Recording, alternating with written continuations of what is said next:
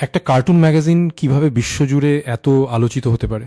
নাম Shirley Hebdo, ফ্রান্সের বিখ্যাত ব্যঙ্গাত্মক ম্যাগাজিন। কিন্তু গল্পের শুরু শার্লি এবদো দিয়ে নয়। 60-এর দশকে ছিল হারাকিরি নামে একটি ব্যঙ্গাত্মক পত্রিকা।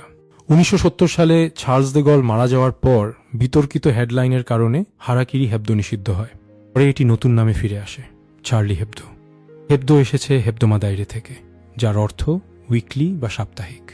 পত্রিকাটি রাজনীতি, ধর্ম, রাজনীতিবিদ, ক্ষমতাবান মানুষ ও প্রতিষ্ঠান প্রায় সবকিছুকেই ব্যঙ্গ করে।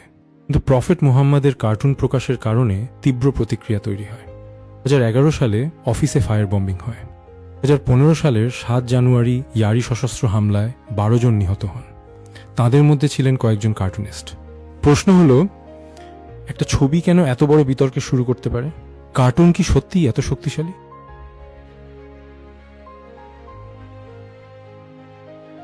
কার্টুনের শক্তি কি রেখায়? নাকি মানুষের বিশ্বাস, অনুভূতি আর চিন্তাকে নাড়া দেওয়ার ক্ষমতায়? বিষয়ে আপনার কি মনে হয়?